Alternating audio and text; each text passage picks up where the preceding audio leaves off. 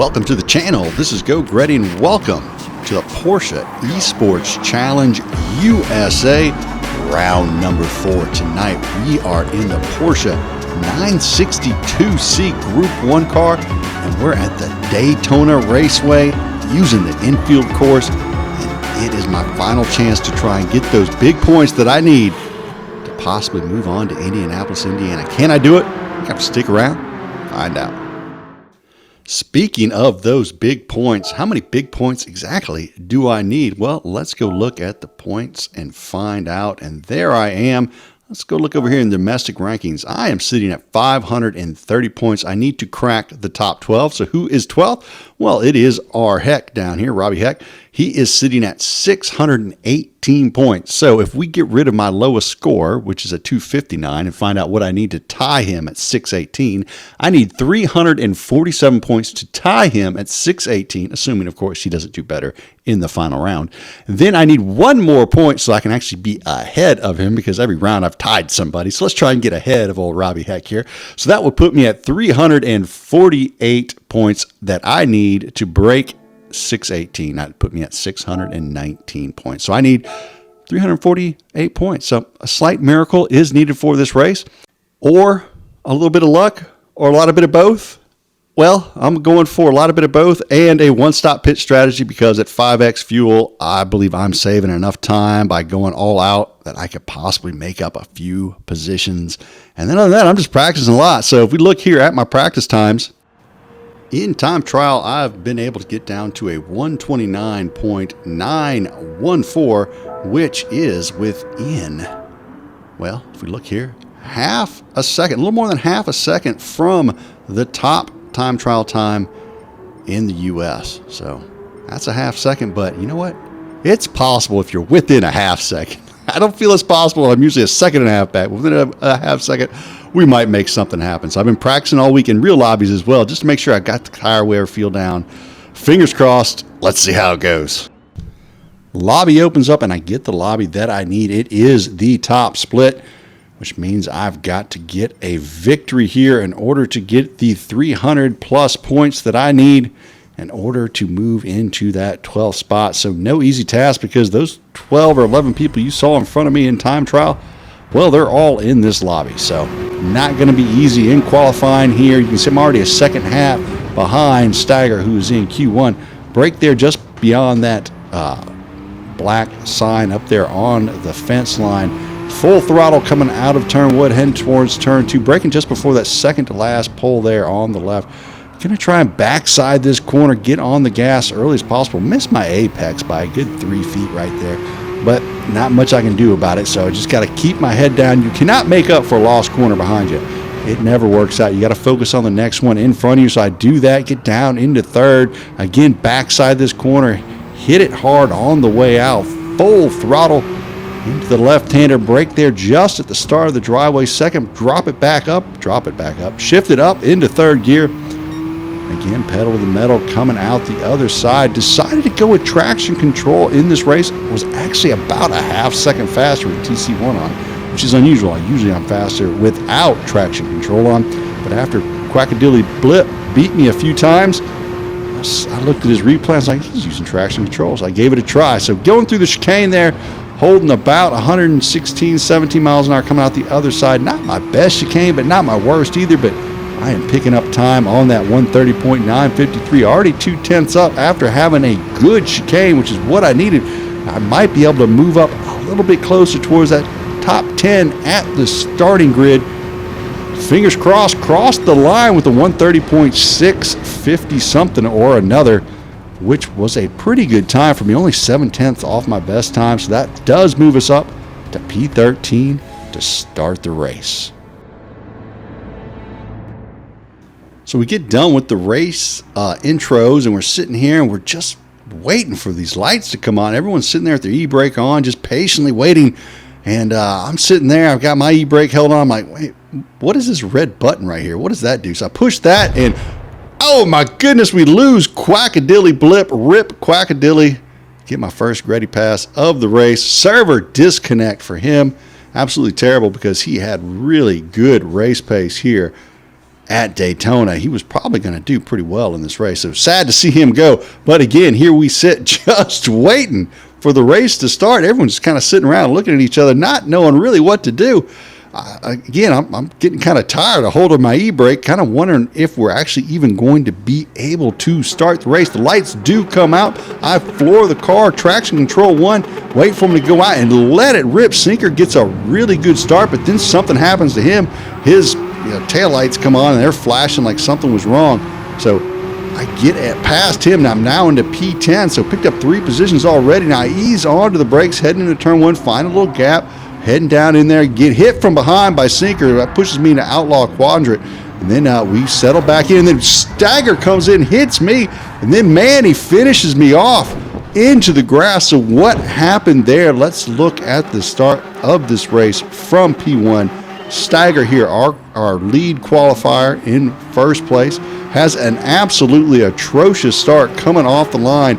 Roland goes flying on by him. So does Vandale. Down the inside, Sosa. Sosa bounces off him, hits the invisible wall, comes back into him again. They're both off track. This is where I get hit by Sinker, which pushes Sosa off.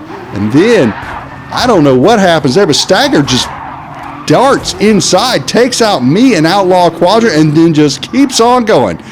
Goes into turn 2. Meanwhile, I'm spinning through the grass right there. Coming out of turn 2, Stagger heading towards turn 4. Now into turn 5, goes wide into the grass, off the track, backwards into the barricade. And lucky for him, pointing the right direction, comes back onto the track, right into the race line, right in front of Sosa. 2 bad track joins there by probably one of the top drivers in the U.S. So understand the frustration from getting hit going into turn 1, but you got to drive a little better than that. Now, I'm not saying I've never done that before either, but I'm not the best driver in the U.S. So anyway, you know what? You can cry about it, or you can put your foot down and make something happen. Like I said, I do have the one-stop strategy. I have tested it. It is faster. I might be able to make something happen from 16th position here, but only way to find out is to put your foot down and race the race. Coming here out of the left-hander, catching up to Stagger as he comes onto the track, gets a little loose. I send it down the inside of him, get on by into 4th gear. I'm assuming he is saving fuel because I was pulling on him pretty hard here on the straights. A little bit concerned that he might catch me before the chicane. I have to pass him again, but to his credit, he does back out of the move before the chicane, and I scurry on through and then get a pass on Robbie Heck, who's the person I needed to get in front of to get into P12. Would have been nice if I was a little further up front to be able to take more advantage of that, but nonetheless, into P14 from P16, so picked up 2 spots here on lap 1, and now P13 in front of me. That is where I originally started the race, in P13, if you remember. So going through turn 1, I'm right on the back side of Sosa, heading into turn 2. Getting onto the brakes there. Got a nice stack of cars in front of me, and that means opportunities to make some passes, possibly move up some more, but it's not good enough for me to just move up in the race. I need to put distance on me, between me and the cars behind me, because they will be coming at me when I go into the pit stops to grab the fuel. Remember, pit stop about 15.2 seconds or so. So that's the distance, that's the gap I need to put on the rest of the field. Ninja Bar going a little wide there through the left-hander before we get onto the NASCAR part of the track here at Daytona. We've got a little bit of a slipstream train in front of me, which is going to make it a little bit more difficult for me to get by these cars, even though I'm not saving fuel. As you can see, I'm pulling on to Ninja Bar pretty hard there. Go down the inside. I'm going to send it here into the chicane, hoping he makes that smart life choice and pull out, and he does. Just barely make it into the chicane without exceeding the track limits there. Sigh of relief as I come out the other side and don't see a penalty. Now, if you look there, I am about a second off of Sosa and that group in front of him. I'm about 10.3 seconds off the lead car here on lap number 3. So have made up some time on the group. but I got a lot more work to do if I want to make up enough positions to get that big first place I need for the 348 points. It's not looking very good for Holgretti. So into the right-hander, turn 5. Sosa and Outlaw Quadrant side by side coming out of the corner into turn number 6. Get on the brakes there right before the driveway. Outlaw Quadrant goes wide, so I just roll the gas in quickly as I can to try and gain some ground on Outlaw as we head into the NASCAR portion of the oval. Again, pulling on Quadrant pretty hard there. You can look at there, 2/10, now well under 2/10. And then right here, I'm just going to send it down the inside. Again, hoping Outlaw makes the smart life choice, pulls out, doesn't press the issue. He does not. Again, I cut the chicane pretty short there. Not my best chicane, but I was picking up a lot more speed on these folks, and so I wasn't quite entering the chicane at my normal rate of pace. So it was kind of throwing me off a little bit there. So I was actually entering the chicane too fast. So on here now to lap 4, catch up to the next little gaggle of folks. We got Apple Pop again with Sosa in front of him and another driver in front of that. So a little group of 3. Now it looks like 4 right there, potential for me to get in front of. If I can get into P8 before the pit stop, I feel pretty good that I might be able to actually make a top 10 in this top split race, which would probably be my best result ever in a top split affair. Or my pit stop could be too long and I could drop all the way to the back and finish in last, which is 16th, because quite a few people have dropped out. Pop goes a little wide heading in the corner there. So I am going to have an opportunity to have a good run on him coming off that left-hander onto the NASCAR track, and I do actually really just coming in fast, go right around the outside without any trouble at all, get into 5th gear and head towards the chicane. Again, braking just a hair late on that chicane and having a little bit of trouble on the exit, but that's okay. Get through there without too much trouble. Now it's time to try and track down SV Super Chicken in 10th place. Again, got a nice little gaggle of cars, which is okay because that means I've got some folks to pass in front of me. The problem is that they create a little bit of a slipstream, which makes it a little more difficult for me to get by these folks. As Super Chicken goes wide there, I come out in 3rd gear, get on the throttle, get a little squirrely coming out the other end. Traction control doing its job, just keeping me from getting too squirrely to where I can't save the car. Allows me to be a little more aggressive in this one-stop strategy. Again, I hardly ever use traction control unless it's raining or unless it's like that crazy electric car that we had back in race 1. But I gotta admit, I was much faster with it on in this race. Coming out onto the track once again, got a good run here on Super Chicken. Now, watch this as I get into 5th gear. I will all of a sudden pick up on him really quickly. As I'm not sure what happens there. He just all of a sudden slows down. I don't know if he missed a gear shift or what, but I was really lucky to avoid hitting there as KP Wilcox gets into the wall, heading to the chicane, sending sparks and smoke my way. So I'm now into P10 on lap 5. The plan here is to pit on lap 10. So I have a good bit of time remaining. Might be able to get by Wilcox and possibly catch up here to Grove. As Grove unghosts right in front of me, I go off track to go around him as I was trying to pass Wilcox. And I was expecting to get a penalty right here. No penalty, but unfortunately broke way too late. And that allowed Wilcox back through. That was frustrating because I made a double pass right there and didn't get the penalty. I guess it was because Grove unghosted right in front of me. The game must have recognized that and didn't blame me for having to go around. So a little further now into the race as Miracle and KP Wilcox side by side in the chicane. Now watch here, they have to stay on the right side of that white line. They both go left of it. I just narrowly miss going to the left of that white line. They both are going to receive a half-second penalty. I'm able to get through the chicane without that half-second penalty. Got Robbie Heck running me down from behind as we both catch up here to these two cars. They serve their penalties. I go to the inside. Robbie Heck to the outside as we head towards turn one. He's peeking down the inside. He's hoping I'm going to go wide there. I get on the brakes as late as possible. Leave Heck some room along the outside. Get into third gear, power out, and slip right in front of that Porsche of Robbie Heck as we head down to turn two. Get on the brakes. Robbie sends it down the inside of me. Bold move there by Heck. Goes across me and then comes out there, so able to get on the gas and maintain some speed. Not really sure how he pulled that part off. Then as we go into turn 5 here, Heck goes wide. I go down the inside of Heck, trying to put it on the apex. Can't quite get into the side of Heck a little bit there, so pull it, keep it way off the inside. Make sure he has plenty of room because I didn't mean to tap his quarter panel like that. Then he goes deep out of turn 6.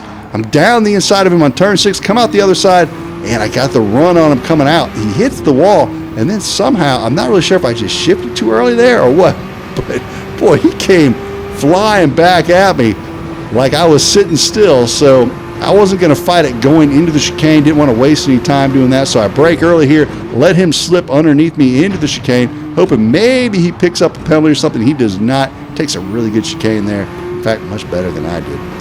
On to lap number 9. You can look here as we cross the finish line. I have 8% fuel left, and we've got to make it around one more lap before we get into the pit stop. So as you see, I'm only 4.3 seconds behind the leader now. Remember, back on lap 3, I was 10.3 seconds behind the leader. So made up some time on the leaders in this race, which Manning was one of them, and he's pitted. So not a true representation of that. Go into the pits now with 0 fuel and 0 laps remaining. Totally empty the tank. Couldn't have timed it any better as I head in, and you count the time it takes me to get through this pit stop. We're on to 13 seconds, 15 seconds now. You got to remember, I'm driving into the pit, so that's not really a good representative of the amount of time in your pit stop is the pit time here. Come out, only a 4.28 second duration while stopped. Come out here on P14 behind Ninja Bar and Grove Street, who both go wide into turn number 2. So cut underneath Ninja Bar right behind Grove Street. Get a really good run out that corner. I'm just digging on Grove Street as we come towards corner number 5. On the brakes hard there. Get by Grove a little deep on the pass, and he's almost able to get the undercut, but I was in second gear, so I left it in there to really power out of that corner and make the move stick. Into third gear as we head towards the NASCAR track, and I've got P12 locked up. Still a lot of work to be done, but we are moving towards the front with only a couple laps to go. On to lap number 12. I've got Stagger and Outlaw Quadrant in front of me, 2 world finalists. And, well, they're saving fuel, so I'm licking my chops as we head towards turn 1. Coming around Daytona, we are absolutely flying here as Stagger has the slipstream of Outlaw, and I've got both their slipstreams passing 220 miles an hour past Stagger. Get on the brakes hard there. Try not to hit Outlaw Quadrant going into turn 1. Able to do so, and now I am on P8's tail as we head through this final lap. Can I get my best result ever in a top split? Get an 8th place. Now, this is a legitimate top split, first slot race, and I can't lie, I'd be pretty pleased with an 8th position in a race where I actually got knocked to last place at the beginning, and I am working hard. I really want this 8th place badly. Now, Outlaw's probably just lollygagging around the track, not really happy with how the race is going right now, but I'm fired up and I'm ready to make a pass. So come on to the oval here, and I am flooring it. I am just ready to run down Outlaw and try and make a move somewhere before the end of this race. Into 5th gear, gaining on 200 miles an hour. He does not defend. I go down the inside into the chicane, get on the brakes, cut the chicane, park the bus. Outlaw gets into the back of me, trying to get a good run coming out the other side. And, well, there was a Gretty in his way. So get by into P8, heading towards the finish line into 5th gear. Just a few hundred yards to go, 0.1 lap of fuel remaining. now down to 0% fuel. 0.1, now double zeros, cross the line, time it perfectly into P8. Boy, but I got to tell you, what would have happened if I hadn't got murdered there at the beginning of the race? I wonder, I don't know if I could have gotten first, but a top 5 was definitely possible. So despite all that, it was a good race. I got 259 points. Probably not going to Indianapolis. I say probably, never know. Maybe 8 or 9 people back out in front of me, but maybe not. So anyway, hope you enjoyed the Porsche Cup, the Esports Challenge, and all the action. If you did, hit the like and or subscribe. Come back, check out some more. For myself, Go Grady, y'all have a great evening. DJ Clean, take us out of here.